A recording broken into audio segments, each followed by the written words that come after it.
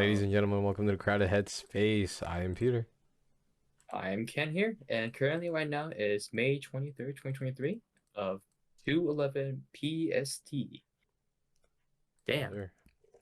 All right. So today's topic: speculations for the future and AI. This is a big one. Why I can tell Yeah, this is that gonna be a rabbit hole. we're gonna definitely I know like I said, we have bullet points that we can talk about, and what we have right now is one, two, three, four, five, six, seven, eight. Let me count it like one, two, three, We can always split four, these up. five, six. We have six. We have six of them here, and I don't think Yeah, we could talk about all of it, but I think we're definitely going to split it in multiple things as well too. yeah. Going We'll on. see how it goes. Sounds Yeah. good. So this is kind of like one of the topics that I kind of wanted to hammer on, because this has been the rabbit hole I've been down the past couple of Oh months. yeah. So I'm curious, when did you first? Okay, so I think a lot of people have probably heard of ChatGPT. When did you first hear about ChatGPT? Just curious. It was actually my friend, one of my friend named Santosh, which is he will probably be a speaker at some point soon. Okay. Has introduced me that like, hey, use this instead of using Grammarly. Oh, I that's the mean, application he thought of for it. that was the first approach when I utilized Okay. ChatGPT, which is very interesting because first when I heard it, I was like, I don't believe it. I don't want to take it. I was against it Yeah. until I used it once, and I was like, oh my god, this thing's good. This thing Yeah. could. When was this? This was 2022 Oh, so December or early on. November. Okay. Yeah, I think it was Okay, early I December. didn't catch on to it until like February. Oh, A lot later. that's a lot later. Yeah. Yeah, but when I did though, oh my god. It Well, was what like happened? so for me, I kind of discovered it over YouTube. Um I don't Really? particularly remember the video, but I saw Hmm. it was like, oh, it's an AI chatbot and it can talk and it can do things. So when I looked it up and it showed up with this like kind of conversation window, I was like, okay, interesting. And it was like I think the first thing I typed in it was like, hey, because like I've always been fascinated with the idea of like creating a bot or something that can talk back, right?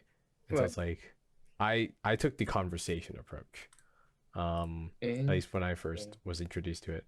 The idea of using it as a tool didn't really like come to me yet until like probably like after like 10 like after like 5 minutes into a conversation. It was like, wait, can this thing do things? It's like, hey, can you blank or do something like this, right? And I was like, and it came out, and then I was like, huh. It cooks. And that's kind of where I went down the rabbit hole.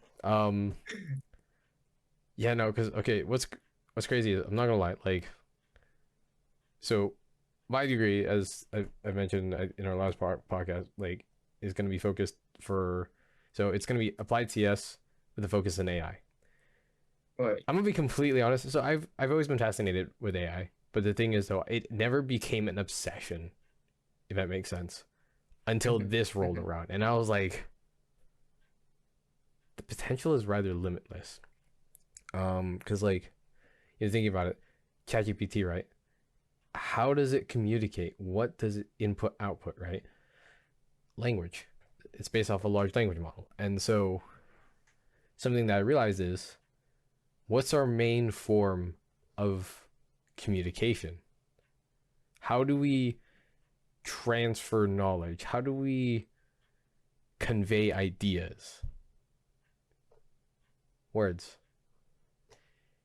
And so, if the transfer of knowledge is optimized with language, our best way of interpreting ideas, concepts, knowledge, right, with an AI, the potential it has to understand us and what we want it to do is like the sky's the limit. That's kind of one thing I Right. really thought about it. Right. Right. No, I mean, Spilled a little water. It's all good. I mean, it is. It is. It can literally do whatever it can do. It's kind of crazy because like the more I think about it, the more I utilize it, it's like it does it. Like it does everything it wants to do. It does it. That's it. That's the term that Mm, you put it. I didn't put any adjective on it because the word difference is does it do it perfectly the way that I want to do it versus does it do it, right? It doesn't do it perfectly as current state that we are for sure. recording this right now, but it does the job, which is a major stepstone than what we had before. Because usually when like we had this AI in our life in the past, many years before. Yeah. Well, yeah, like If I'm the correct, earliest. Mhm. I think like OpenAI's GPT models were actually around like for people to access for like a year. That's kind of insane to think about. And only ChatGPT was the reason why it exploded. Well, OpenAI was like kind of a year ago, right? But like to people to access it. But technically, their learning model was like I think it was more than a decade about it, which they had it for about around 2010s, right? That's the time they Yes. established it and continued on with it and launch it off to learning data and continue developing the model itself. But even then, like that's a new approach that we had. But even going way even more back, like when iPhone came out, right? iPhone not three, but like around iPhone 4 or 5, when Siri was introduced, right? That's also an AI right there. Mm-hmm. Does it do the job correctly? Most of the times. Most How of many the times they time. make it? Most of the time. Like it's not doesn't but like now ChatGPT says like can it does the job can you do the job correctly? Like yeah, it does it correctly. Not perfectly though. Mm-hmm. which which is interesting how why the word perfectly can never I mean it never can be put in as well too when it comes to ChatGPT, but or just in any AI in general. I mean Grammarly as well too was introduced in 2016 for an AI tool for correcting English grammar or making it Mm-hmm. more influent and making it more persuasive writing or more informative writing, right? That's also AI learning bodies. So AI in our world that we have been has been exists, but Yeah. ChatGPT took a small, more advanced step, and people are now panicking about this. People are more freaked Oh about yeah. this, which for you were fascinated by the idea itself, and for me, Yeah. I was fascinated, but at the same time, I was not that really into it because AI was there, AI was exist there. It was not Mm-hmm. perfect, and now it's getting close to getting the point that we can. It's getting harder and harder to point that AI and human is getting hard to differentiate itself right now. Like, in fact, that we have programs to read essays and read like a program that will read essay, whether that's a bot wrote it versus a person wrote it, is created because of ChatGPT. That's Mm-hmm. that's something that is like crazy about. Like, and we talk about like other companies that's getting losing their power, and now we can see the major big tech companies are releasing their own ChatGPT versions of Oh yeah. to go on with it too, right? Like Google introduced Google Bard. Bard, Bard. right? Yeah. But still, Microsoft introduced the Bing search engine much more efficient Mm-hmm. stuff too. I don't know what's Apple up to, but I'm pretty damn sure it will Yeah. introduce into Siri as well at some point soon. I can see that happening, right? So, Yeah. And I think IBM's on currently rolling out Watson 2.x or something Watson, and there was a like a suffix. I don't remember it. but But so I don't know if you remember Watson, but I remember what's it. yeah. It was something. Let's put it like that. Mm. Yeah, definitely. Like I feel like okay, so ChatGPT is kind of that I think like quote Jensen Huang, dude behind the video, right? Hmm. ChatGPT is kind of like the iPhone moment, I would say, because it's really forcing the hand of other. It's also like not only is the fact that it's kind of like, oh my God, this is amazing, this is new, right? Not only is it that, but I think it's also a huge pressure amongst like for big tech to kind of release the products they've kind of been working on under the hood. Like as you said, Google with Bard, and then there's IBM with Watson and all that, right? And then Facebook is Hmm. also doing something, right? It's pressuring all these companies to start releasing all of a sudden because they have been working on these for a while. It's just it's never been in the spotlight, and that's kind of one of Right. the crazy things to think about. Is how much more do companies have under their hood that they haven't released yet? Because I mean, GPT-4, being one of the more like capable models that OpenAI has, right? They've had it for 6 months before they even released it, and it's like it makes you think, right? What kind of people had access to that at the time, right? Because I know Microsoft is really like up there with OpenAI because Microsoft is providing a lot of the computational power for OpenAI to train their model. So it's like, what kind of advantages have they gained from it? And that kind of brings upon its whole own rabbit hole of like, kind of power as to who has control of these large language models and who can take advantage of them. Um, but that's If another I thing to want to consider. if Yeah. I want to tap in, it doesn't have. Okay, I'm just gonna be a little talk a little bit off from AI in Mm-hmm. general, but both just for free information, both Peter and I were interns. We first met at Tetronics as a company, and we as both interns, and Yes, now sir. we are friends right now about it. But if I recall time with that, my manager have told me that just FYI, we are working right now. Like we now currently exist in a world that we know there's 5G exists. That's we know from like how like it was 4G LTE was revolutionary, and now we have 5G. But what Tetronics have told me, our manager told me that we are working on 30G right now, 40G right now. 40G. Yes, that is Whoa, something wait, hold that on. yes, there's something more behind of it. Wild. They're not releasing it at all, but they're working on Yeah. it, which is crazy to think about. Because like I was like 40G, like do you guys have 60, 70G? Like oh yeah, that's already existed there. It's not just publicly available right now. Wow. It's out there. It's not public in general. That's why, and it's hard to convert all the devices to 5G to 6G or convert all the Yeah. wireless stuff, right? And but we're talking about 30G, 40G technology right now, and they're working on it. And Tetronics, for intro, like a for background, they're one making like technical devices for testing equipment, right? Which Mm-hmm. means they're making devices to test 30G, 40G is reliable safety and it's good enough to utilize it, right? Which, in other words, other companies has been creating it along the way so that they can create the machine to order to develop it, go on with it. Which is, again, there's been probably more technology than advanced than 30G at this point right now. And this Mm-hmm. is a year ago talking right now that I'm talking about it. Yeah. So I wouldn't be we surprised how are much is under the hood. so for ChatGPT wise, or just any AI model, there might be existing model that's almost like identical to human like at this point, but they're not releasing it yet because they don't know when to explode it. Because if we say, oh, we're Mm-hmm. releasing 40G right now, let's say, the whole like I don't think it's gonna be really weird to see what's gonna happen, and yeah, I can't picture like I don't know what we'll be looking like, but it's I don't know why they're not doing as well too, but they're not going to release It's the probably product just a lot until of it's the overhead. could be, could be Switching over right. takes a lot. I know it's like, I know, so you know how there's like Cat 5e cable, right? It's Mm-hmm. like the conversion to Cat 6, Cat 6a, etc. I think it's probably that. That's at least my speculation on it. Um, Right. there's a lot of hardware overhead and infrastructure that needs to be changed probably for that to happen.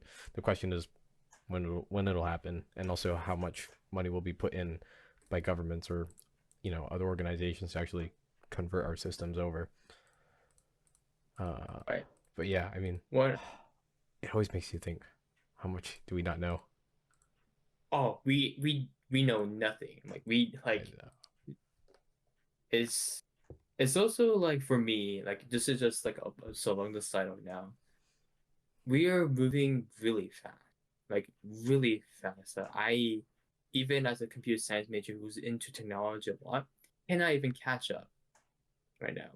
Like ChatGPT 4.0 is something that I didn't hear until Peter told me about this earlier. Like, oh, well, not doing this podcast right now, but like a month ago when he was like having the we should talk about ChatGPT in general yep. about it, which is something that I am not aware of it. It's moving too fast, and there's a lot of things, a lot of technology going on, and this is kind of concerning for me as well because I was talking to my mom, but I'm like, how do you feel about right now how fast it's moving? And she was like, I can't follow this at all. Like this is too fast, and even myself is feeling it, and how others, older people feel about how fast it's moving in general, right? That's a concern. I don't know what to do about it. I don't know what to say about it. It maybe slow down, but that's not going to work out for people, right? I don't think it's Like, slowing yeah, down. it's like, yeah, hey guys, maybe take a break, like just a day or two, or like a year or two, so that we can catch up, like what action ChatGPT means, and then later we can make regulations on it, and then we can move on to the next step. Mm-hmm. Because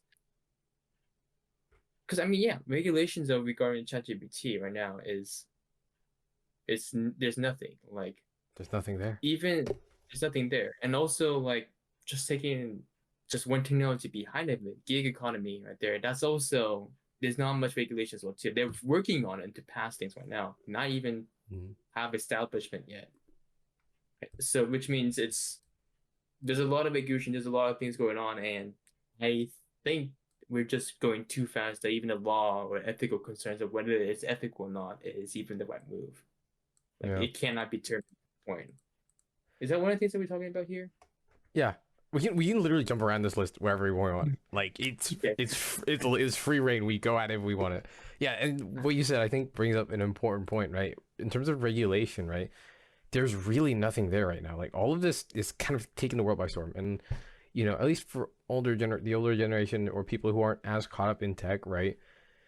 Now, like before we'd be seeing let's say before the internet, right? We'd be seeing paradigm shifts in the way we live, probably every 20 years, 30 years, etc. Right, think about it, right?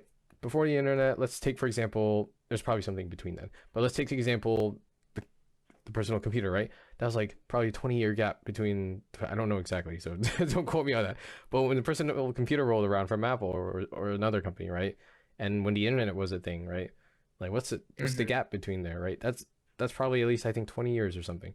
And then before that, let's take for example, maybe there's probably, like I said, there's probably more between there, but let's take for example the car, right? That was probably another 6 years, right? Nowadays, in terms of technology, we're seeing paradigm shifts every 5 years. The iPhone was like 15 years ago, or 15 years ago. And then it's like, a few years later, next thing you know, we're seeing like 4G, 5G jumps. And then, just a few months ago, half a year ago, we've seen ChatGPT. And that brings into light a whole bunch of other things that have come out recently too. And so it's like, our way of life is changing in a matter of just a few years. And that's kind of insane, as to how fast people can adapt. Not everybody's tech savvy. Not everybody's like really following the news like super close. So it's like, things are happening, going over their head. It's like, what's going to happen in the world as they adapt to this? And with your point, back to kind of regulation, uh, obviously this is not going to slow down. I think just last week, Sam Altman, CEO of OpenAI, went on a hearing in front of Congress to kind of basically ask for more regulation from government entities to Right. actually regulate AI. I don't know if you saw that testimony or not, I but heard it. I heard about it. I didn't listen to the yeah, testimony. it was some interesting points. I think one of the congressmen asked a few good questions. One of which was like, in terms of kind of more grand scale effect as to malicious intent. Because with any great tool, right, with great power comes great responsibility. That quote, whatever, whatnot, right? It can be used for pretty bad things too, right? AI can be used for both good and bad. It's a tool. It's the person who decides to do what they want with that tool. And I Right. think one of the points one of the congressmen brought up was large language models' ability to kind of predict public opinion. I thought that was an interesting one because think about it, right? GPT models are trained off scraping the internet, right? And what more is the internet than essentially, People's opinion. yeah. So it's like, think about that for a second. You ask ChatGPT for an opinion. What you're asking is the internet's opinion, kind of. It may not be one to one because the data set is like kind of filtered out at different points more than likely. But it's like, if because I think there's a paper done where it shows it can predict public opinion before even asking the public, which is kind of insane to think about, right? Then you think about, in terms of political candidates, what can they do to kind of, I guess, adjust their content per se for their audience to get approval or etc. Right? That's kind of crazy. Another point that was brought up is, um, I think one person asked Sam Altman if it could be used to target people in a militaristic and tactical sense, and ultimately, the answer is yes. And so you think about it, right? I think Palantir also came out with a demonstration. I think it was like this tactical strategist that literally provided, I guess, like live tactical feedback. Like, oh, you should make a push here. Oh, you should send that drone to go scan out. Yes, we detected enemy armor. Do this X, Y, and Z, right? So then it's like warfare by AI. That's something to think about. It's like, geez, you know. I think one of the things with that is, I think that's eventually going to become a thing, because other countries are going to utilize it, whether we do or not. So, yeah, I it's want to kind of go like, back to the idea. yeah. I want to go back to the public opinion part. Hmm. What is your thing if we ask something politically about it? What is the response you think? Do you think it'll be heavily more towards, because okay, we are living in a world, and again, with a lot of information, a lot of technology that many people Yes. is not catching at all, right? And because of that, people tend to post and upload information that is false information, false news, false That information, is false, another thing. right? So based upon that comment, and there's no way to like detect whether that's false or not, other than us reading and verifying it, because no Hmm. machine can do that right now because they are learning it based upon that. What's the AI opinion? What will be ChatGPT opinions about if it talks something political? Do you think it would be more so a lot of information based on false information, or would it be more on? That's an interesting point you bring up.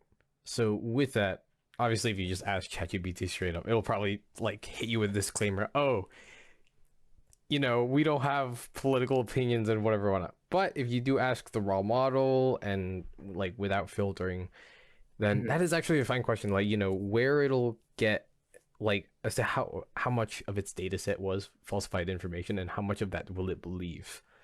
Um, that's honestly hard to justify when it comes to like really large data sets, right? You're not gonna have a human sit there for years scrolling through it all. Right, right. So at that point, it's like, it's it boils down to the algorithms in which it scrapes information off of, and off of that kind of dictate what it has and what has in its data set and what it has trained off of, and what kind of weights it uses in those like neural nets and all that. So at that point, it's honestly hard to tell. At that point, it'll boil down to experience, because I think what they're doing now is, as people use ChatGPT, that's kind of their new growing data set, as to whether people decide to regenerate their responses or like them or dislike them. And off of that, I think is kind of what they're adjusting off of. But otherwise, it's rather hard to say how much falsified information it will base its response off of. It's What definitely is in your there prediction? somewhere. What is your What do I prediction? think? It's probably very little, because falsified information generally, people are rather good about detecting it, and so when there's falsified information, and generally, those kinds of things are of the lower, I guess, visits. They get lower visits, at least non-credible news sources. But if you take credible news sources, right, those things are more likely to be visited more, and so ChatGPT, well, GPT models are more likely to put more emphasis on like generating a response and finishing responses based off those sources. So it's still possible, but I think it's not really likely. Mm, It is something to consider, though, for sure. mm. I I don't know. If someone asked me that question to me, what's the opinion based upon, like, if because they're taking all information, right? what's the opinion that will provide biased information? Mm-hmm.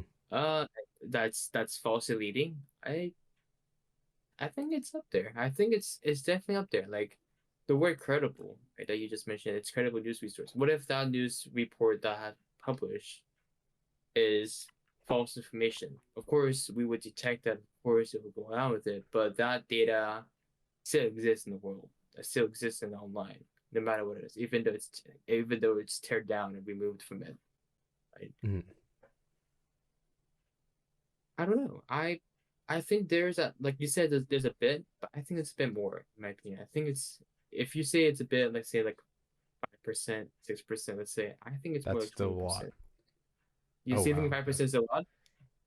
I think 5% would be a lot. I think it's 20%, in my opinion. Like Interesting. what's information about it. Mm-hmm. Um, in top of What regulation makes that I you think also want to that? talk. I'm curious. What makes you think about that? Is it like your experience with ChatGPT? There's that. There's that. Okay. But also because like if you ask me, oh, write me something about this, and it gives me this, it just tells you to me that's incorrect about it. All right. But if I look So it I up, think that there's yeah. if I So look I it think up, what there is go articles on, that go mention on. that. I'm sorry. If I looked at No, all information good. about like where that source came from or where that came from, if you look at it on Google, it appears multiple sources has mentioned the same thing. Of course, Mm-hmm. like for example, the flat Earth theory people have published that information, but ChatGPT will say that the Earth is round because there's a lot of information saying that about it. Yes. But So I think um, one common misconception with how ChatGPT comes up with incorrect data, mhm, I think it's, if I'm correct on my knowledge on how it works, it's not so much off of the knowledge it knows, but it's off of what's most likely to come next on its generation, right? So that's kind of where what's called hallucinations come in, and where kind of ChatGPT will hallucinate answers. Um, so what that means is, so let's say I give the raw model, so not ChatGPT, but the raw language model, the prompt. Um, let's see, the the boy who cried, and then that's all I put as its input, mhm, and then it'll output wolf, because that's what's most likely to output next.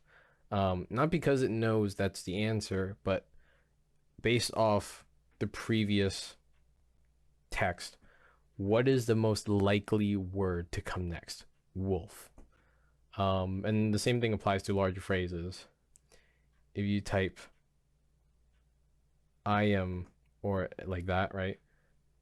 It'll have a lot of things it can come up with, and the amount of randomness can be adjusted, I think, by the temperature variable. In the API, there's different adjustments you can do. I think temperature was the one for it, where the lower value, the more, I guess, the more random it is, meaning the more it's kind of gonna vary on what it'll say after I am, mhm. right? Or if the value's high, then it'll come up with almost the same answer every single time. Um, I think that's where a lot of the falsified information will come from. It'll come up with stuff that is probably the most likely to come next. Because, for example, like I think one time is like I asked ChatGPT, like, "Hey, write me something for this." Okay, cool. Show me the source where you got it from. And it came up with the most weird link. It looked legitimate, Right, so I put copy and pasted it, and it's like there's nothing there. It's like right, right, 404 not found, and it's like, huh. right. So it's like at the time it's like I didn't think about it. It's like, oh well, it probably just came up with out of nowhere. I didn't know why it came out with it, but now that I know, it's like it probably came up with it because that was like the uh most likely looking link for a source. So that's kind of Right. one thing with it, but Right. And that also, it is. Yeah, go on. no, go say it, continue. Go ahead. Okay. It is one thing to consider as to falsified information, because ChatGPT does speak with great confidence. And psychology has psychology has shown that people respond well to confidence. And what I mean by that is, if you say a statement, with great confidence, people are more likely to believe you. And same applies to reading. If you read something that looks like it's speaking very confidently and it speaks very knowledgeably, you're more likely to believe it. And that's one thing to be really careful about with these generative language models. It's like sometimes they might come up with something completely false. And then for people who don't know any better, they'll be like, this is truth. This is concrete. I will Right. believe this. I will hold this close. And Right. things happen. Okay. Another thing I just put it Mm-hmm. in myself into it is when it comes to regulation. This is conversation that my mom and I have. We like just so you know, I talk with my mom a lot of like not like very deep stuff like this, but like we do talk about some stuff on topic. And one thing That's that we good. talked about regarding the ChatGPT wise, thank you, was creativity versus plagiarism. So that's something that we That's a good love to one. talk about. Um, so before we go on, like my mom was very like everything is mostly plagiarism. So that's what she defined like everything is the original. Like, no matter nothing it's rely on is the most creative part, and if it's off source from something itself, it's me plagiarized. That's what her definition was stated out. Um, and I kind of disagree with that, but we just had that Interesting. conversation going on, right, with it. But now let me ask you the question: what's the borderline between creativity versus plagiarism? This can be completely off In topic from terms of AI and AI? stuff. Well, no, well, just in general first. Then we can Okay. incorporate AI with it. That's a tough one because here's the thing, right? There is around 7.8 billion people in the world, right? Isn't it 8 Originality billion? is what? Is it Isn't it 8 8 billion? billion? Wait, hold on. I'm curious now. World population Oh, it's 7.85 7.888 billion. billion. Well, that's So in 2020. I'm getting there. Not too far off. Uh but yeah, there's almost 7.9 billion people in the world. So originality is hard to come by, right?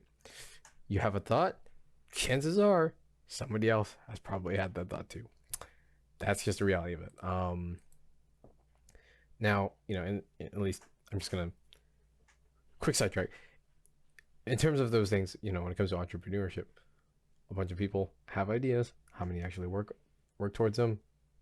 Very little. Anyways, um, when it comes to creativity versus plagiarism, honestly, so I'm a firm believer in determinism.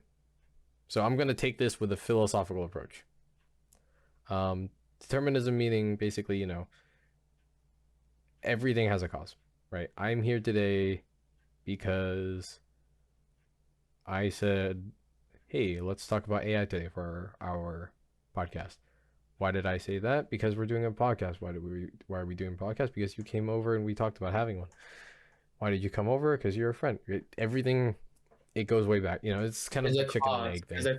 a cause of every Yes. action. So Now yes, I'm not okay. going to go into the chicken and egg, which came first. I'm not going to go into that, but I I believe there's a cause to everything. And so with determinism, right, the the things we experience, the things we see, the things we watch in our life all impact us in a way to influence what we call our creativity, if that makes sense. Right. So when I feel like I'm being creative with something, right? At least when it comes to creating something, okay? And let's say I draw a drawing or I build a building in Minecraft, right? Chances are I drew that inspiration as to how I built this building from something else I saw or a combination of things I saw in my life. That's at least kind of how I like see creativity as it's not entirely original. Right. For something to be originally completely original is honestly hard to believe Impossible. nowadays. Yeah. I So agree. It's yeah, where I kind of draw that line between what's creativity and what's creative and what's plagiarism is it'll vary by what it is as to how much is derived from its content that it was plagiarized from or inspired by. That's kind of at least where I like to draw that moving line per se. right. So there, we don't know what you're saying when we don't have a percentage yet about it, which I'll talk about in a second. But Mm, it's hardly impossible saying that pure original is considered creativity while remaining all plagiarism. It's impossible. You cannot be 0%. It cannot be 100% original idea. That's impossible to happen. If it does, it's really considered hard to consider as creativity itself. That's what you're saying, right? yes. Now, I mean, I also agree with that sentiment too. When it comes to that, then because if it's combined with AI, especially with ChatGPT, if we ask the question, the prompt, say, hey, because create ChatGPT, one of the features, you can say, write me a story about Yep. something based upon this and this and this, and it'll write a story based upon it. Now, if we just copy paste what ChatGPT said, I do think that's plagiarism. Do you agree with that? I think so too. Okay, but if we modify that, read that, modify in a way of his or her own writing, would you consider that plagiarism then? So I would still think so, but Okay. there's a caveat to that. I think there's an order of which you do things that will make it not plagiarized. So this is what I do. Like I stand behind this pretty well. So I'm willing to say I've used this for some of my schoolwork in terms of generating content. And I think this is perfectly ethical and perfectly moral, right? This is how I go about doing it, where I can safely say this is not plagiarized. So when it comes to generating content and using that straight up, just like that, 100% plagiarism. That is not your content. You literally prompted the bot, which basically prompted the whole internet to do it for you, in which you just took. That is plagiarism. So what what I do, on the other hand, is I write my own base content. So let's say there's a discussion post. Hey, talk about the effects of AI on uh, education. Okay. I would basically write out a short version of it, right? Of that discussion response. And kind of, it's more than an outline, but it's a very rough draft. But the ideas themselves are still mine. My evidence, my ideas, my reasoning, right? And then I plop that into ChatGPT. This is my assignment. This is what I've written so far. And if there's a word count, expanded that word count. Because, okay, personally, I hate word counts. If you can Mm-hmm. express an idea in a shorter manner, in a more concise, expressive manner that is more effective at communicating, that is a better way to do it versus filling it with filler to make it meet 1,000 words. Okay, that's just my quick pet peeve. Yeah, But I yeah. So I inject my own content as a prompt. It's like, hey, this is what I have so far. Can you help me revise and edit this? And when it comes out there, that's essentially what I will take and then tweak a little bit based off like what kind of pieces of kind of the tone of the content it's output, make it sound like a bit more me, right? Because obviously I'm not gonna write content that sounds like Shakespeare, even though it's still my ideas and reasoning. I don't want it to sound like Shakespeare, but I'll take that content back, right? And it's basically just a revised version of my own work. And so, being that it's still my own ideas, my own reasoning, my own evidence, right? It's just a matter of delivery that's changed, right? I've just sped up the editing and revising process. I think that is perfectly okay. mm, okay. Okay.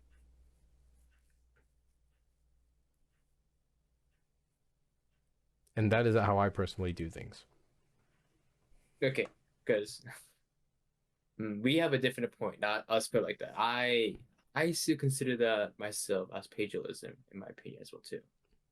Okay. Because because if I just change the wording of what I want to say, like let me use the exact same example that you did.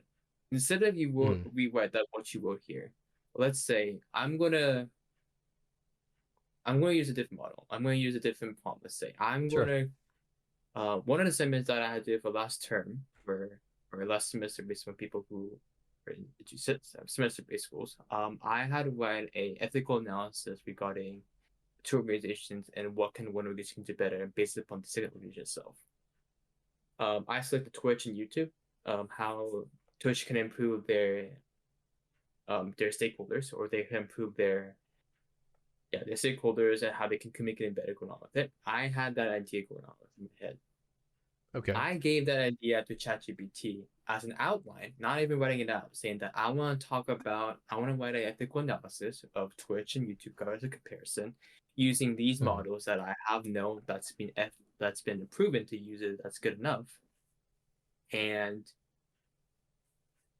with the idea that Twitch should be improving better, of creating, like, should have better approach when it comes to customer relationship wise itself to increase their Mhm. stakeholders and the other people along with it.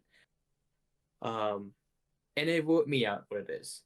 Now I'm not going to copy paste it, but I'm going to change the wording slightly a bit in the way that I feel it's writing for itself. And you think that's fine? No, because you didn't inject your own ideas. So I put in a whole rough draft basically of my own work. Right, but I put my draft as a way as an outliner, saying that I want to talk about this going on, the idea, and know that the ethical analysis based upon these attributes exists based upon Twitch versus YouTube has this. YouTube has done better than this, and so I did my research in a way to put in that information to it. It's like I Mhm. know YouTube have stated this, state this Yep. based upon the subtext itself, and throw that in, and it'll write it out. That's Did it fine. add information? Hmm? Did it add information like additional points or other things? Yes and no. Let's put it like that. Yes and no. If it's Okay. yes, then I'm pretty assuming say it's pagealized, obviously. Mhm. If it's no, like, but it's kind of hard to say no because I'll tell you why in a second. But if it's no, would you consider the pagealized then? If it didn't add anything in, like additional points or things. Which is hard to determine, to be honest. But no, it's hard, Yes. like bare Okay. minimum. Let's If say. it didn't add anything else in that's not your content or at least your ideas, your reasoning, then I think that is fine. Because it is Hmm. still essentially your work. You just had someone peer edit for you.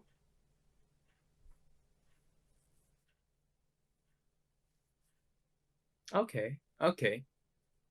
But even though I gave an outline for it, though, You I gave a didn't write very anything. detailed outline. Oh, okay. I gave a very detailed outline. Let's say, but I didn't give any writing at all. Would you consider that pagealized then?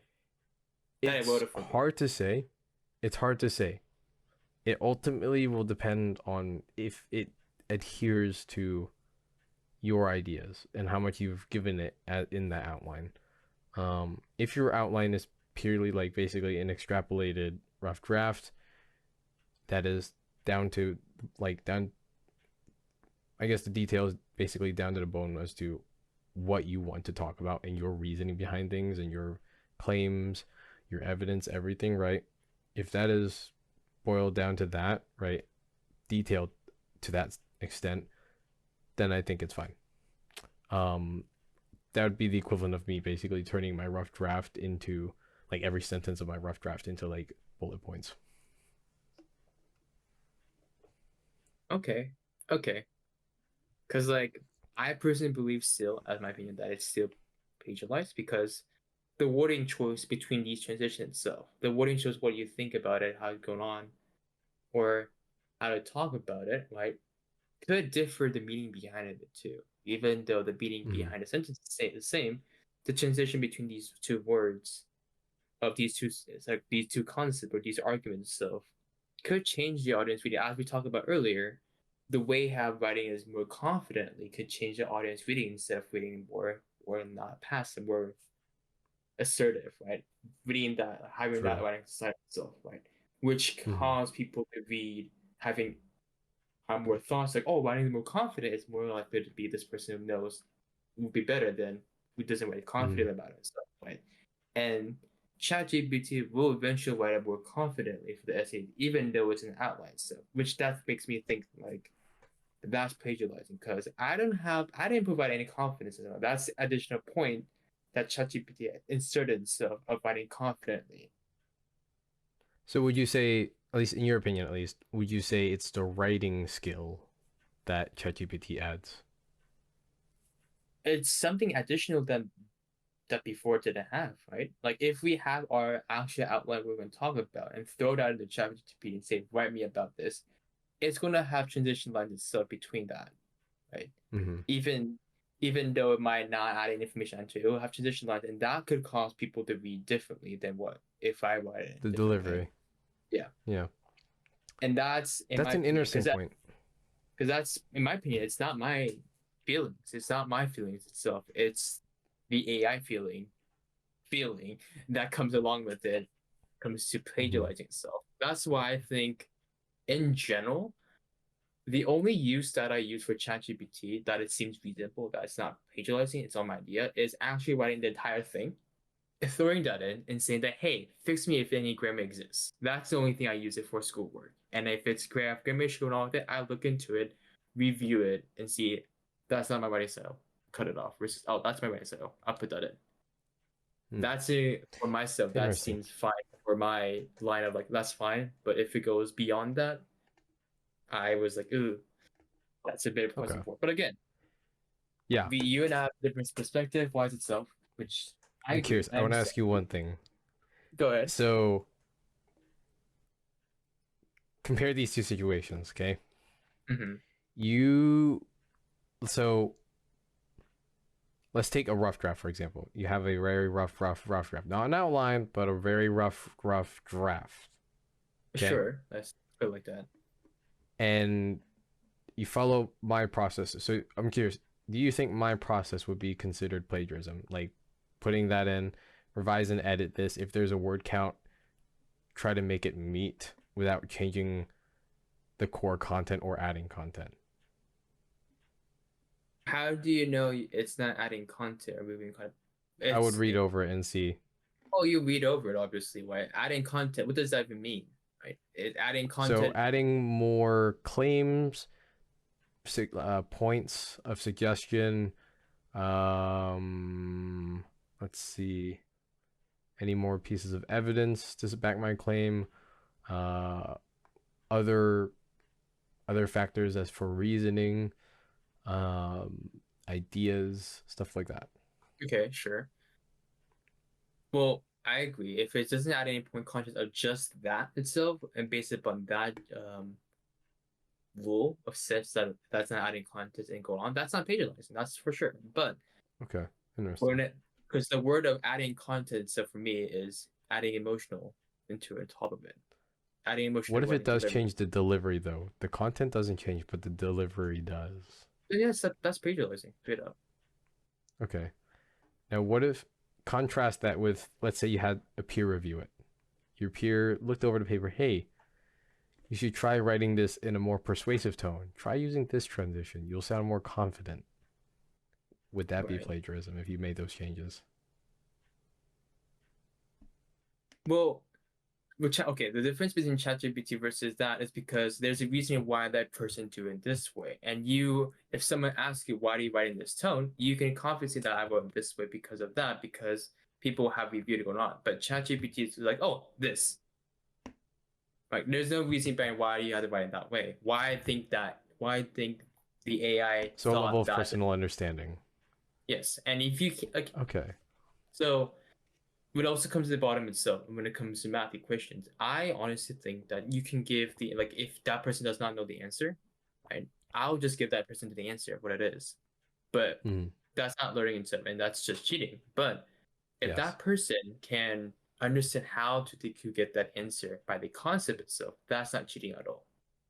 Right? That's my thought Interesting. in coming to it. Like if they have the idea, reasoning behind of it, how to do the answer, even though they can't do it right now, they have the base fundamental in the mindset itself, then that's fine.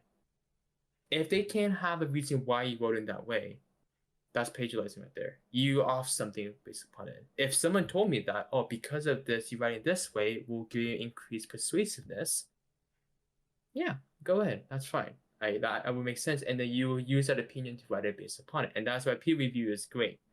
But ChatGPT does not tell you, oh, if you ask, which is now What do you ask because it? Why did you give me these changes? Right now, if you ask that now, then it will tell me. Then is it plagiarizing?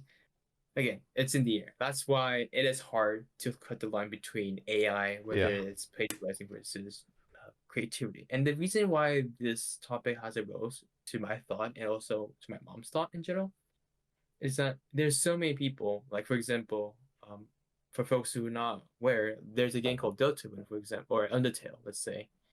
Undertale is a story RPG game and talks about a character, and there's a multiple endings based upon how you play it.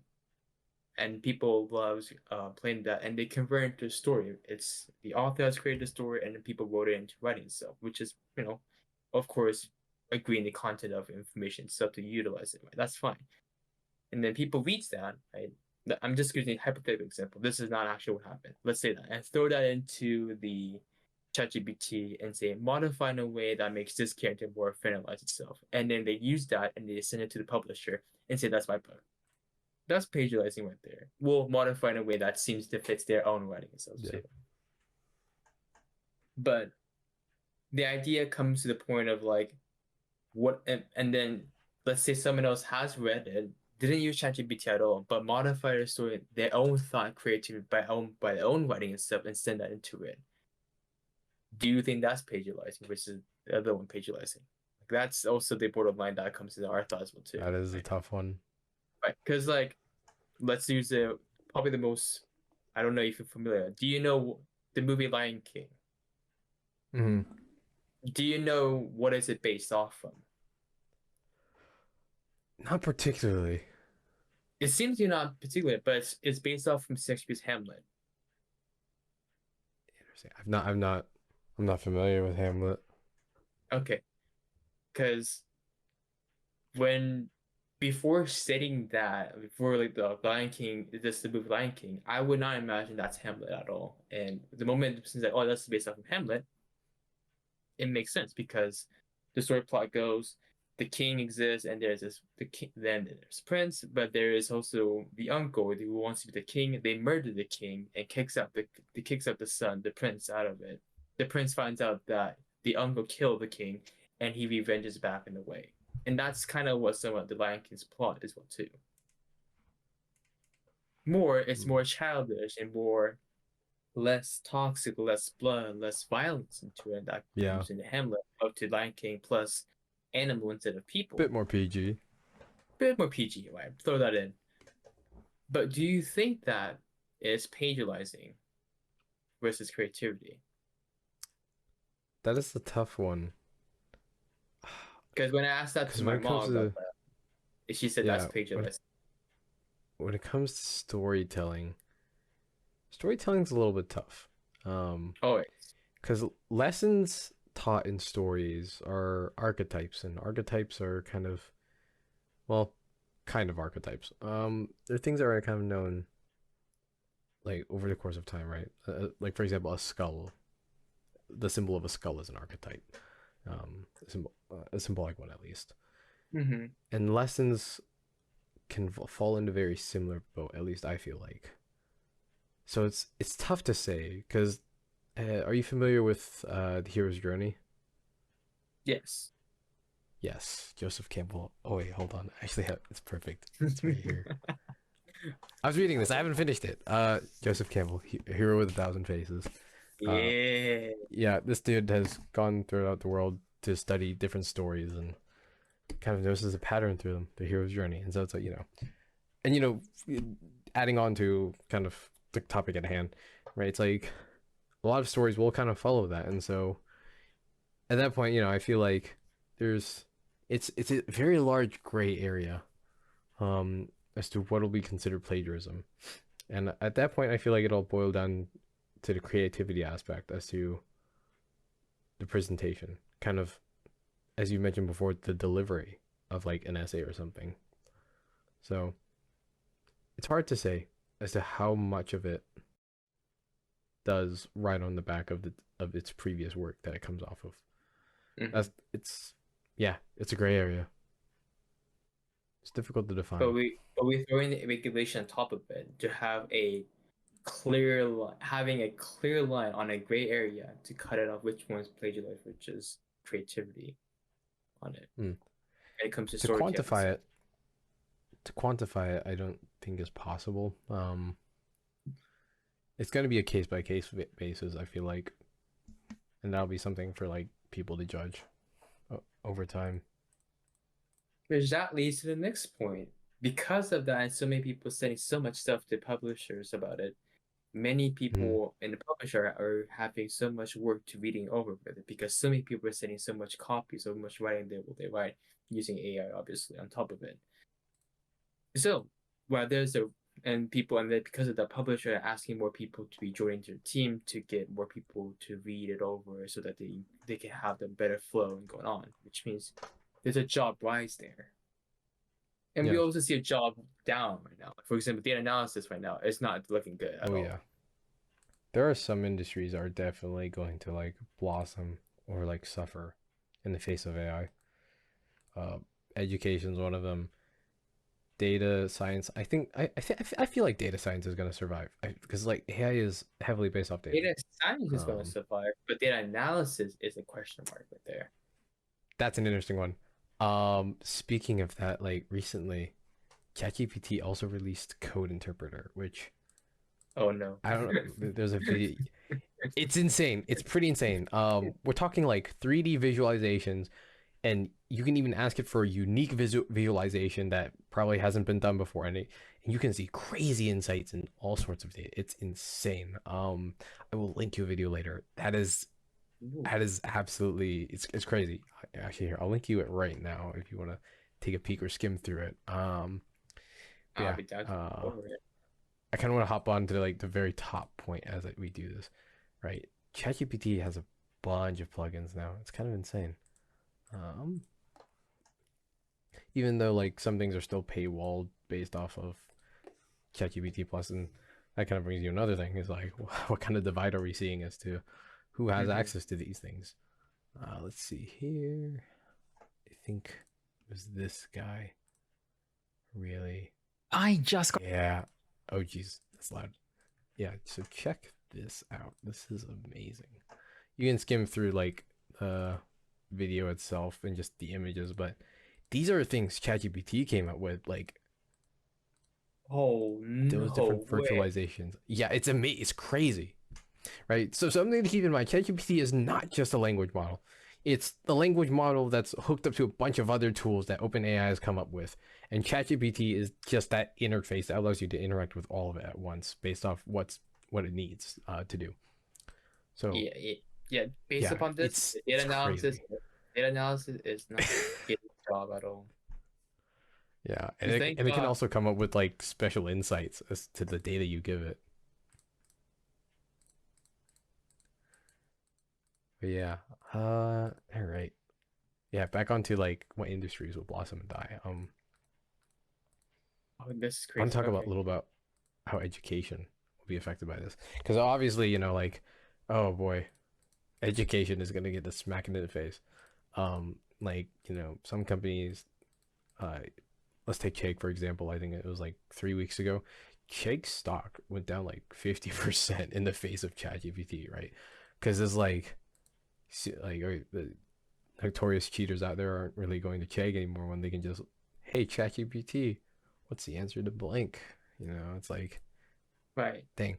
And it's like a free service too. And it's like, you compare that to Chegg, which is like a subscription base. It's like, wow. And at the same time, that brings up another thing is like, methods of education with large language models coming into play, right? What's going to happen to the old model of education? Because honestly, it's rather outdated. I think we both kind of agreed on, like on our last I podcast, agree. you I know, agree. because Um, as to what's yeah. taught is not exactly on par with what's going to happen in the future, One thing or at least in that line with I, it. one thing for sure that they will continue to be teaching, and I hope it should be. Like I think I have mentioned before in my first podcast and second podcast, and even third podcast, even this podcast right now. Well, kind of this podcast, but I'll say it again right now. Mm-hmm. History is important. History is important. Like I cannot strongly urge that everyone should learn history, no matter what it is, even though it might not relate to your own country or your birth country. I think learning history itself is really important because it gives you life lessons, way much more information that go on. That how to deal with stuff, how to like it has everything when it comes to if you go really deep into every history aspect, it will go teach you how to become a better debater. It will tell you that how to become a better communicator, how to become being more aware to be like it teaches a lot of life lessons on of it that even just teaching class in general stuff cannot taught in a way. There's a story on how the outcome we can see the outcome. It's a simulation outcome that we can see as well too, just in the past happen. And that's one thing Mm-hmm. that we will be continuing as a subject we'll be teaching as well. It's same as natural science and math as well too. Those are stuff AI cannot teach because math is it's hard to create based upon learning models. So I do not think that AI can ever invent math, can invent more math than we cannot think. I do not think that.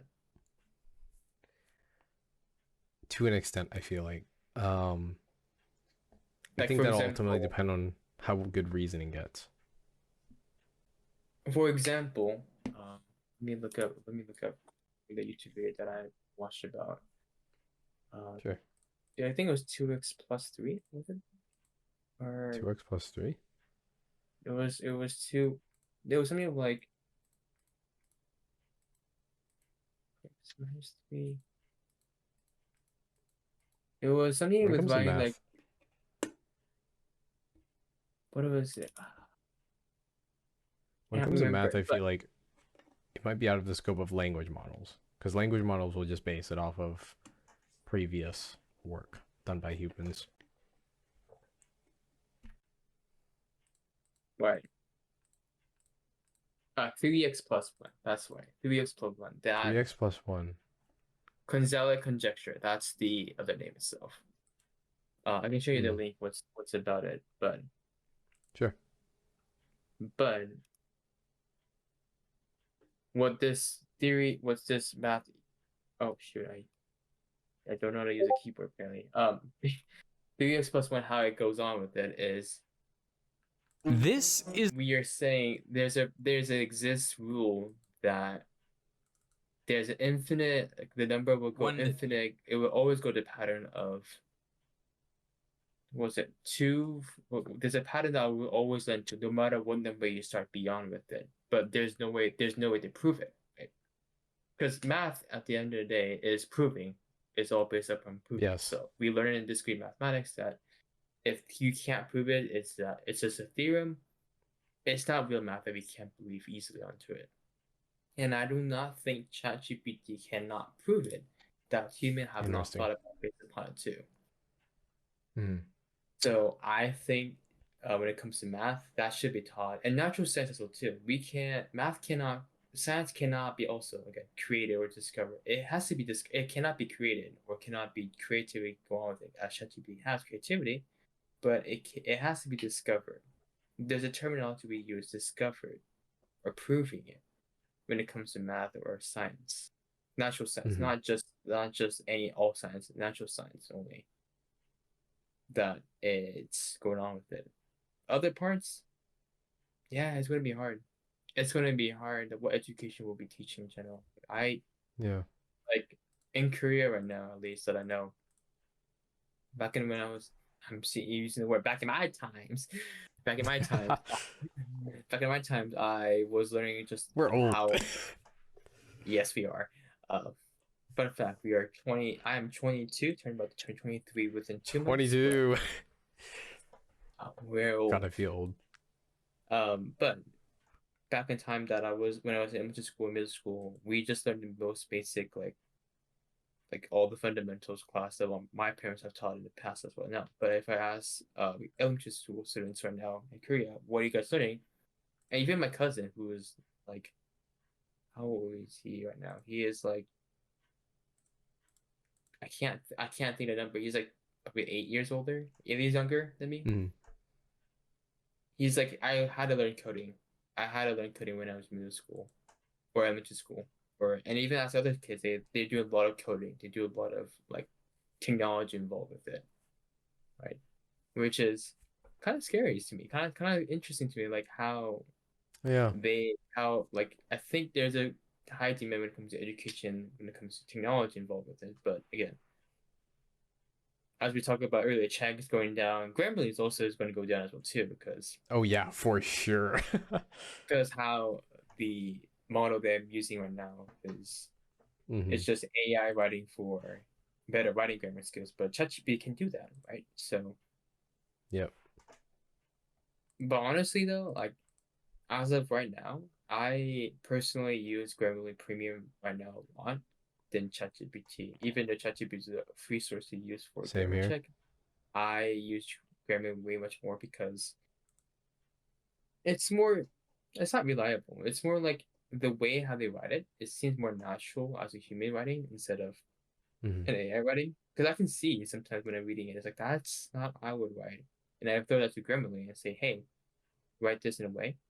It's more natural. And it's like, oh, that's, I prefer Hmm. that. And again, they give you a reason why this is incorrect or why you should write in this Yeah. way. And that's why, like, I don't think that's plagiarizing, in my opinion, when it comes to Grammarly Hmm. versus ChatGPT. No, it's just I silly, I make guess. changes for you. Yes. So, but yeah, what other companies do you think it will go up and down? It's hard to say. Like, I feel like the education system as a whole is going to eventually get turned on its head. Um, We can actually talk because about education system with like what should we change? What things should change? What should things should remain as a whole yeah. entire So podcast?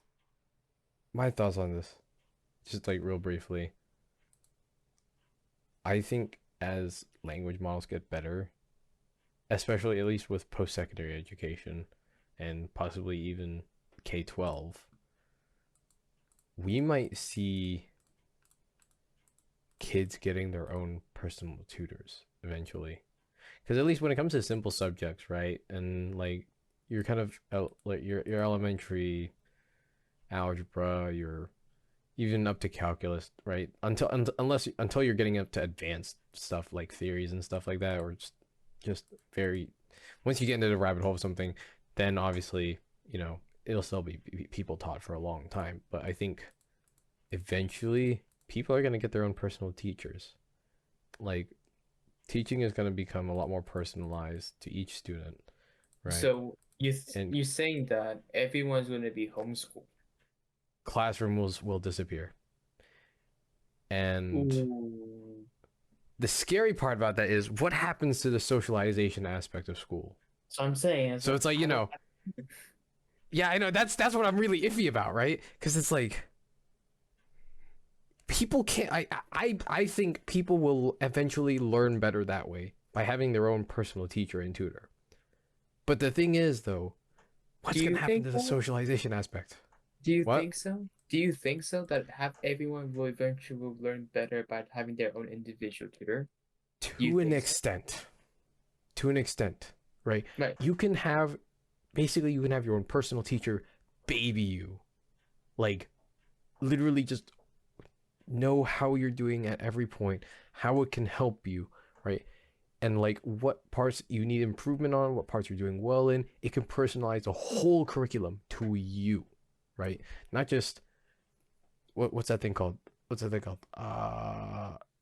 I don't remember what it's called, but back when I was in like high school and middle school, there was this one specific. There's a name for it, but it's a curriculum that like was kind of standardized throughout like the schools in my area, and it was just like copy and paste curriculum for all the classes, and it's like obviously as humans we're all different. Not everybody's learning at the same pace. Some people are struggling with this, while some people are struggling with that, while also succeeding in that. Right? Everything's different. Personalized teacher, fine tuned it to you, right? And I think that's going to be a very powerful tool in teaching. Um, and so I definitely think people will learn better that way. In terms of the socialization aspect, whether it's in group work or just having casual conversations at lunch, right? That's what scares me as to what's going to happen to that, right? Because growing up, you do need a level of socialization, right? To be kind of facilitated, well, like to be facilitated whether by a school or by some entity, right? So that you can be integrated into society pretty seamlessly, right? Because without proper socialization at a young age, right, you're gonna have trouble integrating into society. So it's like, what's gonna take place? Like, what's gonna stand in for that aspect that's gonna be lost through specialized teaching? Are we just gonna have like community hubs where students meet up, have fun, or what's gonna happen with that? What eventually in the future we're gonna look back and say, "Hey, what's a classroom?" As, I mean, it's we already it's seeing pretty it. realistic to think I about. mean, if you we always seeing a point like if you say, oh, trying to say you picking up a call right now, what will you do? What gesture you would do? Pick up a call. Exactly. I know what you're getting at. I know what you're getting at. Like I it's love it. this. Yeah, I would move my mouse. I would click on the answer button, at least for Discord. Well, Discord button, but like people will say they pick up the phone like this, but now they're doing Yep. this, right? It's just and now just that's a small thing, but now classrooms getting gone. I Yep. don't. I It's crazy to think about. I don't think. Okay, I agree. There would be a private tutor for individual because everyone have their own personalized learning that's different and will help them out. I agree, but I don't think the idea of removing a classroom of being removed in their thought. I don't think that's going to happen. I think what the Mm. school education system, which is again, we can talk about this entire podcast, or we can do it right now, um, Yes. is they will have their own like the school system will change a lot and they will have their own assigned not like a one to it'll be a one-to-one and have their own individual going on with it, but when it comes to recess or when it comes to like going on with it, they will come along and work together because like again the socialization is important because one that's we cannot live by the or by ourselves, we cannot live just AI and I like it Yeah. used to be for just by myself, but we have AI at least in a way. But AI and I cannot be enough to satisfy ourselves to be as human beings, and we'll be very depressed if that happens. And two, Yeah. yeah, for real. And two, it's important to have these skills later on because all the world works about, let's say, works groups, and hence it's important that the school will need to teach students what group works means, what group means in general.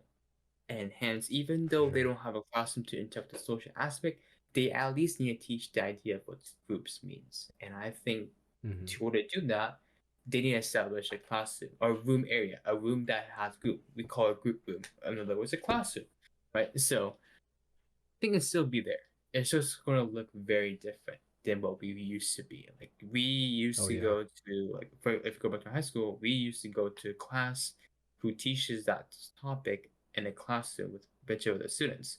But now it's going to be like, oh, we're going to talk about this assignment that's needed, and all of them in a group. They're going to be in a room together to work on about individual project, how college right now we're working on. The teacher is not going to monitor at all. They're going to work together and they're going to turn it in as a college student. That's what will be most likely be happening onto it. And if it goes wrong, they will individually have to teach the teacher and say help them out, go on with it. I think that's going to happen. And yeah, and along the side, actually, I'll hold on. I'll hold on for Yeah. 1 second for it. But what's your thoughts on that? Honestly, like we've seen the school system basically be the same for like centuries at this point. A classroom, desk, teacher, many students. It's I can see it definitely be completely different a few decades from now. No matter how it'll look, it's hard to say. Um, Classrooms might take a different shape, or classrooms might take on a different purpose. It's hard to say. I feel like it'd be the latter. Classrooms might take on a different purpose. Yeah, I don't know. Mm, no, It's I agree. really tough to say.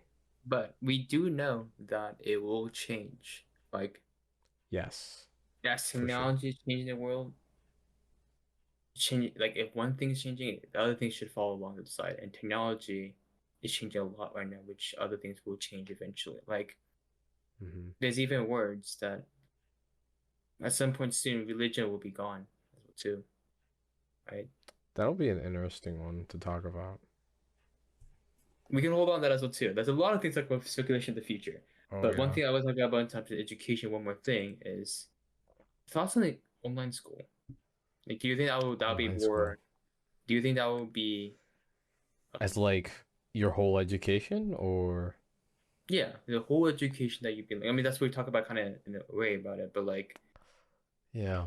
do you think everyone like they will be having some aspect that will be working as a group together, but working as a group, but that's going to be over happening idea of over online. Do you think that will ever happen? I think so to a certain extent. Um, I speculate that eventually, like to some extent or another, that everybody will be utilizing some form of online school. If not, a majority of schooling will be done online. I mean, we are Um, using online school using Canvas, for example, we oh yeah, see it already from there. yep. But We're already halfway there. Like, uh, yeah, if it says anything, like, there's e-campus students who are able to take courses completely online. Um, honestly, now thinking back to it, back in high school, I don't know about yours, but back in my high school, we never turn anything over online. We always turn it in paper. And I was thinking, but now it's nor did turning I. it, All paper. but now turning it into online is kind of, kind Hmm. of, kind of interesting, kind of terrifying as well too. Yeah. I Hmm. feel nostalgic just thinking about being a kid when I was in elementary school, handing in my giant, super wide Excel sheet. I don't know if you had those, but at least where I went, it was like we had these. Our math No. homework was on these like it wasn't 8.5 by 11 sheet of paper. It was like more like it was more like an 11 by wait, hold on, let me think. It was like an 11 by 20 piece of paper. It was Oh. like this, and it was like I don't know. I love those things. Ah, God, I remember. I was like, I'm just reminiscing now. Well, the But thing is, but summertime, I took home summer homework. It was a stack of these cool paper, and I thought they were so cool. I mean, I think of myself that, like, even myself bringing a gigantic poster to go on to present it for Yeah. like elementary school was something else to remember that as well. But that's not happening anymore. They're using PowerPoints, right? Nope. Using PowerPoint Yeah. or Google Slides for to present information instead of a poster. Right? At that time that I had, Mm-hmm. God damn, we're too old. Oh my God. Wow. Imagine it was within our lifetime where we had paper posters It's and paper it's homework. only been a decade. Right. It's I only been a know. decade. Sixth grade was a decade ago for us. Yep. It's only been a Jeez. decade and it changed this much. This much? That's We're seeing crazy. paradigm shifts. This is what I'm talking Right. about. Paradigm shifts every few years now. It's like That's crazy. a few years from now, we're living different lives. Um, Who let's knows talk what the about, future holds? let's also talk about, oh, 2023 tech layoffs. That's also a thing we should talk about. Yeah, that's Oh, an interesting one. So, on top of industry, like different industries going down and blossoming, a lot of white collar jobs are without a doubt going to have some sort of automation in them. So, in the paper, if I remember correctly, yeah, the paper was called GPTs or GPTs, um, which is kind of a really a clever name actually. So, um, so you've got your Chat GPT, right? But what it's saying is that GPT is a GPT, and the second GPT in that name is that actually stands for general purpose tools. And in the history of mhm. man, GPTs are things like fire, bronze, the internet, right? Your general purpose tools. And if you think about it, large language models like ChatGPT is one of those things. And something in that research paper that was kind of crazy to think about is approximately 50% of workers' jobs, like at least the workforce in the US, have some level of exposure to large language models. Or wait, I may have written that point wrong. But like, and then another point was like in that paper was like 80% of the workforce could have 10% of their daily work activities automated, like or affected by large language models such as ChatGPT, right? If you Right. think about it, that's kind of a large number if you think about it. So nowadays, a lot of work is done online or involves technology, okay? And anything that interacts with a digital medium, if you think about it, can be automated some way or another, you know. And if large language models or just even other AI tools, right, automation tools can do their work for them, right? What's to say that's those jobs aren't going to be affected in the near future, right? So you think about it, right? With how things are now, IBM even announced, I think they're holding off on it, the layoff of I think 7,800 workers, which is a massive amount of people. Like if you think about it, that's a lot. 7,800, that's like literally a third of OSU. Think about all of them getting laid off, just like that, gone. And so it's like, wow. And what's crazy is, a lot of these jobs are white collar jobs. And something to think about is, you know, what kind of people do colleges crank out? A lot of white collar jobs. And so it's like, and that kind of ties back into education, right? Is like,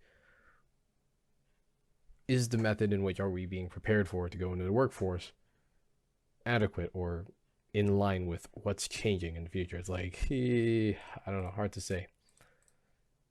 But yeah, it's like, Is the education is prepared for you to go to work? No, no, no, not at all. Um, yeah. we can have a conversation about that entirely a different podcast, but I would Mm-hmm. say, as a brief summary about it, people going to secondary college is more as getting a certificate to go to get a job entry. That's where the people going right now. It's not nothing more. The Mm-hmm. purpose of going to college has been changed. That's why it's Yes. is different. But the method how they're teaching it is exactly the same, which is no, they're not preparing for the job. They're not using the purpose at all. So we can talk more about it, Mm-hmm. but let me pause there. For sure. But when it comes to tech layoffs, um, this this whole phenomenon happened exactly the same idea. Again, the reason why history is important when industrialization was occurred, when the computer was invented. Yes. It happened in Mm-hmm. a repeated loop. Now, what did the outcome have shown us from there? Did everyone all panic and everyone become jobless? Yes, that's what the beginning has started. But are they now? Like, are they now at the point? But before this tech layoff happened, are they now jobless? No. Why? What happened? What's so? Because people behind it, there's other jobs that also rise up as well too. Like Yep.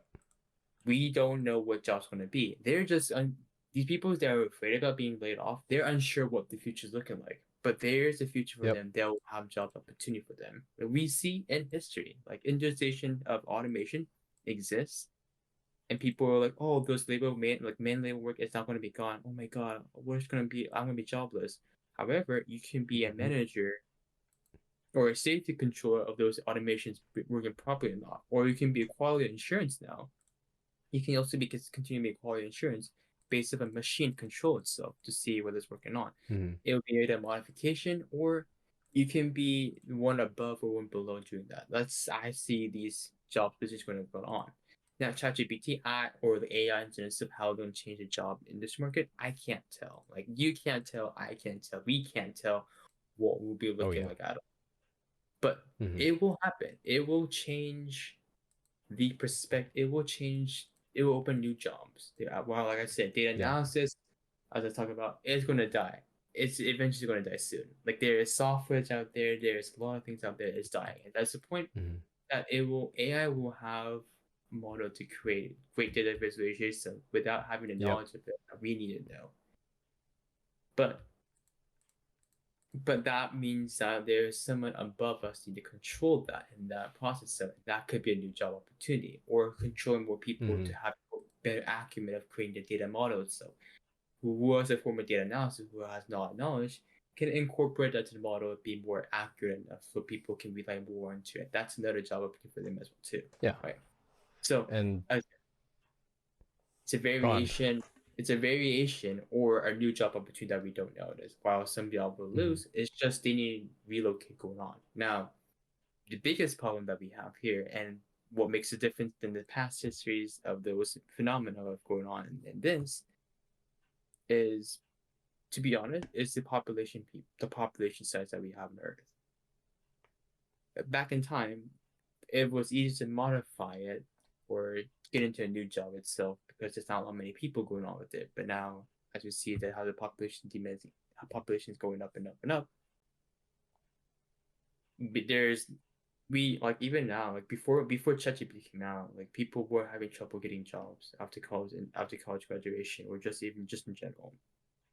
It's going to continue to be hard and hard. Like they will feel the same. It's going to be hard to get a job, but I don't think they will be like any problem of like, oh, there's no video job for me at all. Mhm. That's my take when it comes to it. I feel like jobs are going to be funneled in a very specific way. So, kind of adding on to your point, but with my own take, a lot of jobs. So, there's going to be a lot of new jobs created, and these new jobs will be positions that never existed before. Um, they could be things like AI chief officer or something like that, right? That would be one example. On the higher end, but at the same time, I think we'll also see a lot of jobs kind of disappear. Um, one simple example could be like a bookkeeper, right? Those kind of jobs could easily disappear, and I think those people are kind of going to get funneled in a way where they'll kind of be pushed to different jobs. I say push. That's not. I wouldn't say it's not the nicest word to hear, but people are gonna get funneled to different jobs, and with that, I think like there's different, I guess, tiers as to the job market. There's what you've got is the architects and kind of the visionaries, the kind of the people who are on the higher end and they kind of oversee operations. And then you've got the white collars, blue collars, and then you know, with that, I think a lot of white collar jobs are going to be pushed around in the sense that people are going to be repurposed Mm-hmm.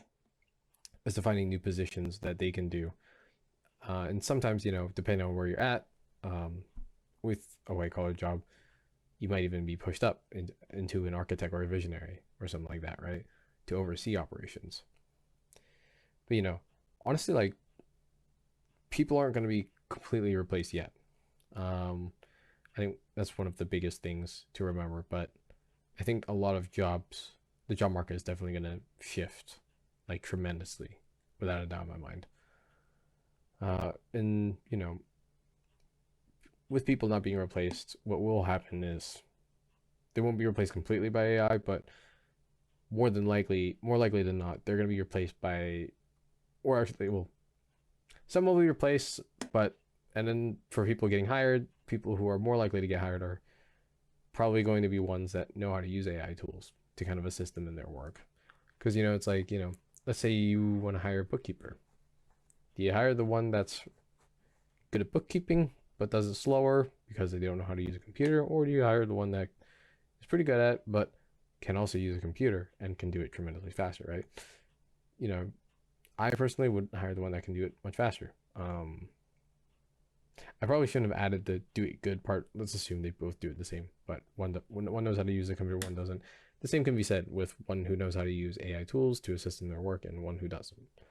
Because I think one of the things to consider when it comes to hiring people is kind of the overhead in hiring multiple people, right? If you have one person who can do twice the amount of work in a period of time versus one person that would do one time the work in that same unit of time, right? You'd hire the one who can do twice the work versus hiring, let's say, probably two people, you know, because there's overhead in hiring people and also just in having them on board too, because there's overhead in communication, there's overhead in HR, etc. A lot of things to consider. Um, but yeah, the job market is definitely going to see a shift, and it's going to be interesting to see how that changes over the next few years. Because especially with companies releasing tools left, right, and center, right? It's like now it's like what companies will take these tools and integrate them, and to what extent will they integrate them, right? Because And if they're integrated heavily and a lot of processes are automated, then it comes to question, what what openings will there be in the future compared to now when it comes to different jobs in different fields? It'll be interesting to see.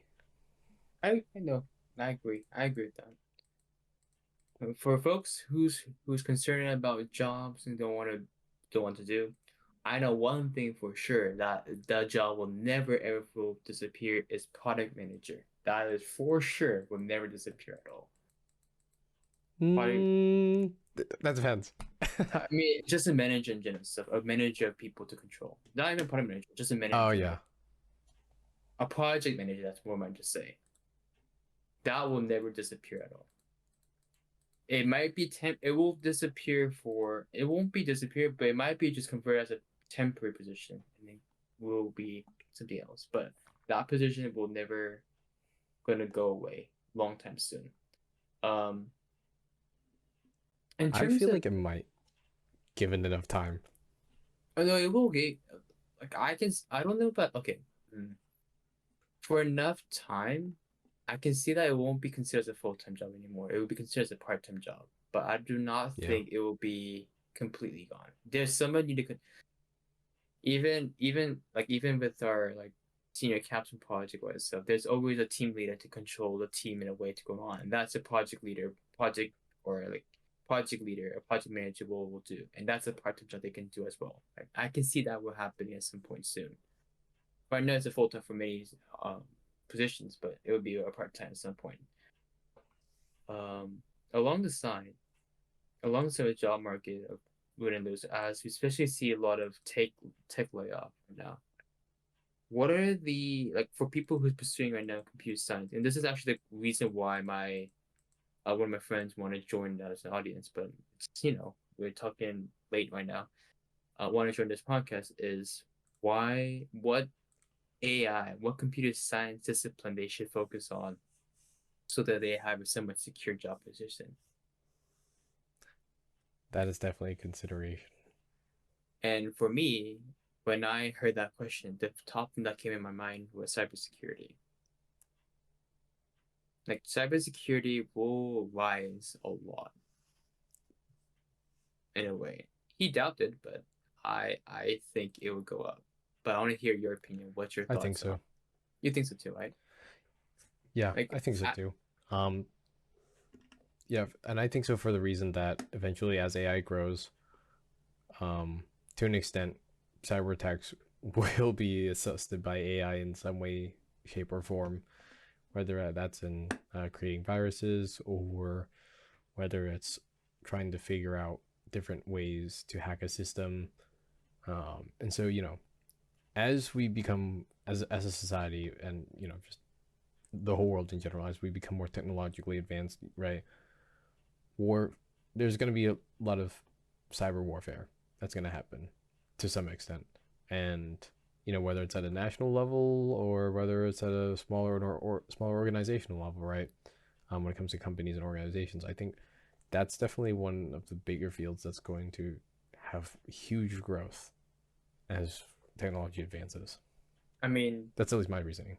right. And on top, I mean, I agree. On top of that, we're seeing the world as AI, and AI is all based off from what data, data itself, and that's what we see this kind of a podcast as too. AI, with data privacy, data security itself, to order to make it so they don't leak any information, so that they have a quote unquote better AI model than the other competitors exist in the market to secure that, right? That's also one why cybersecurity is important.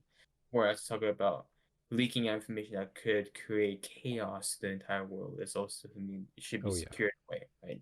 That's why I personally believe that if for folks who's doing like computer science in general, like I personally think that cybersecurity is a strong move to go on to have a job secure in a way.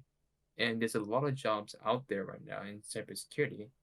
It's just the fact that many people are not aware of it. Mm. In fact, that did you know that Oregon State University, it's slightly off topic, Oregon State University is now launching a new major for computer science, which is called Yes, I cybersecurity, think I saw that. which Yep, is kind of that crazy. was pretty interesting. Which is we always I'm note surprised it that didn't exist for. I'm surprised it didn't exist until now. I think one of the one of my capstone friend, one of my capstone project member is doing that and proposed that, and I think they listened and added a new major for it. So because Interesting. he Oh, was doing a combination of cybersecurity with AI in some way, which is like, oh, that might be a mm, good fit to it. And now they have cybersecurity as a model. But that's good. okay, okay, so if cybersecurity is one thing that would go up, what are things would go down? So, I think a lot of people will think, okay, so I think web development is going to go down primarily for the fact that as we get better tools to work with web development, at least front end, okay, because back end is going to get looped into software development. But in terms of web development for front end, I think a lot of that is slowly going to get, I guess, abstracted, if that's the proper term for it. Because currently there's already there's already services like Wix or um, I mean, with I ChatGPT can't think itself, of I can't even ChatGPT itself can what. create a website. Yeah, you can ask it for HTML. But as the process to create a website becomes more abstract, right? At that point, you have a UX designer just creating something, and it's like, oh, hey, ChatGPT, make me a site off of this, and there But you do go. Um, maybe not off of ChatGPT, but other tools. But you know what I'm saying. And other I AI think another tools. industry, yeah, I think one industry that's I think everybody thinks is gonna die, but I don't like always people who aren't thinking about it critically think are going to die is software engineering and software development. I think that's just going to go through a transformative phase. And what I mean by that is essentially, if you want job security there, I think the go to is to keep learning how to, like, to become a software developer and an engineer, but also to focus more on the algorithms aspect and kind of being the more of a architect for engineering different software applications, right? As to the high level of how things are done.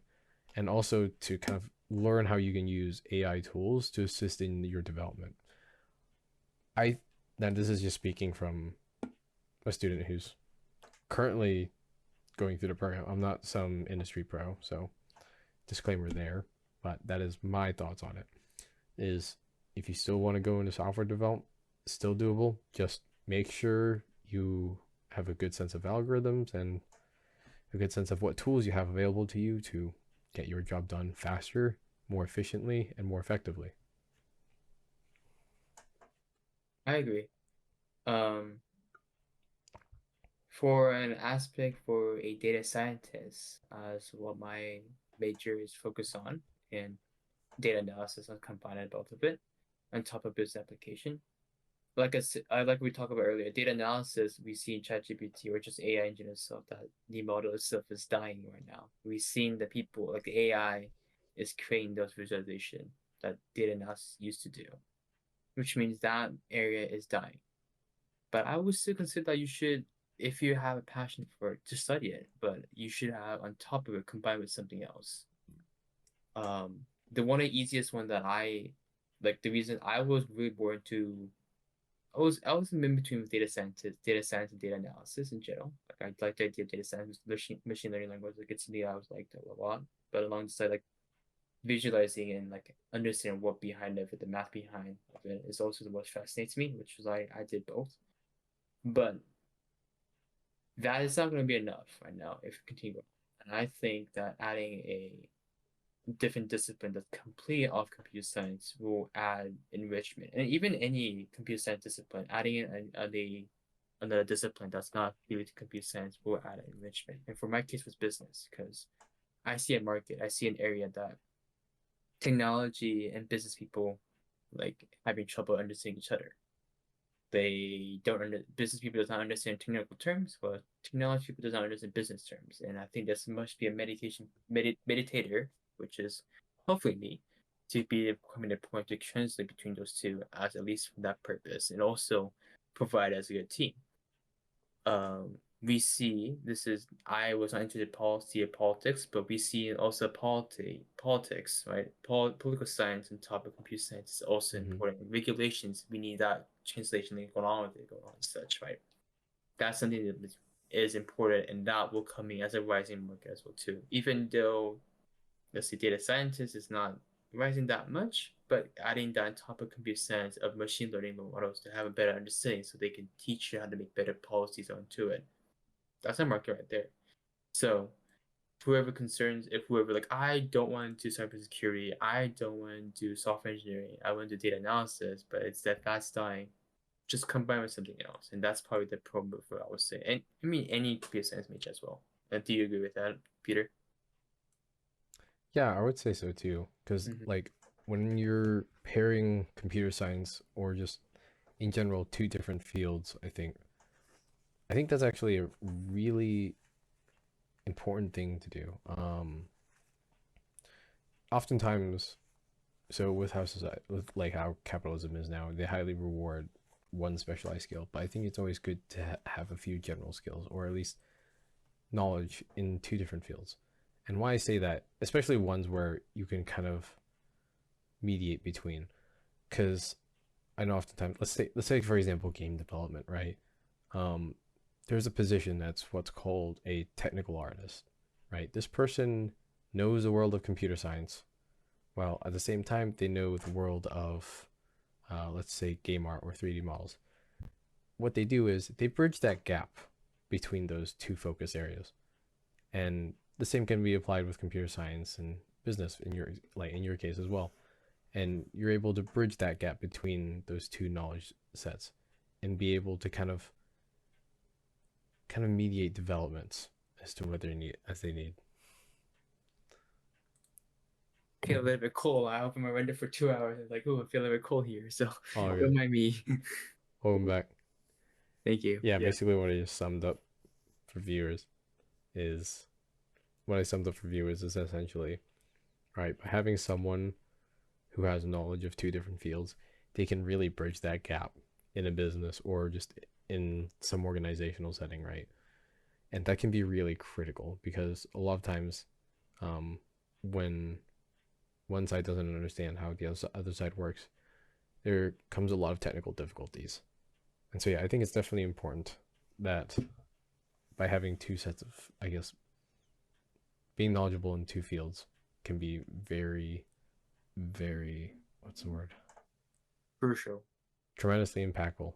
Impactful too. Yeah. Also, like I like to top it on like before before this, I guess, before this whole phenomenon happened for technology to take like off such or the technology boom, even the business concept and even top of like job wise, like as Peter said, specialize in one thing is always the best way to do with it. And that model was integrated into business strategies as well too. That's what people will tend to do, or posting like or selling the lowest price as much as possible, or the lowest cost as much as possible, or differentiate the product or service in a way. They focus on one aspect or the other part itself. But now we see in the business a combination of both as well too, which means our role of people should combine multiple disciplines as one thing, as a one core, and that's critical. And I would say that everyone should at least, if they want to go to education to college, which is will change in a way, hopefully, they should at least pursue at least one major and one minor in a way that can combine it. Like whatever it is, at least having one major, one minor. That's the goal that I would recommend for many people Mm-hmm. who come to college. And combining that is will serve a lot of opportunities because it opens one market of just computer science, let's say, and it opens a market for just any business purpose as one thing. You have two markets that's open for you instead of one. And plus, the middle market as well too. The three technically. So Yeah, you're a lot hireable that way. right. All Man, right. want to talk What are we more? at? We have a lot more to 56. talk. I think we can just. I think we can have a part two for this. I've kind of I'm down. put I'm down strike for that. through for like different part. Yeah. We Yeah, kind I've of kind of like gone through our document.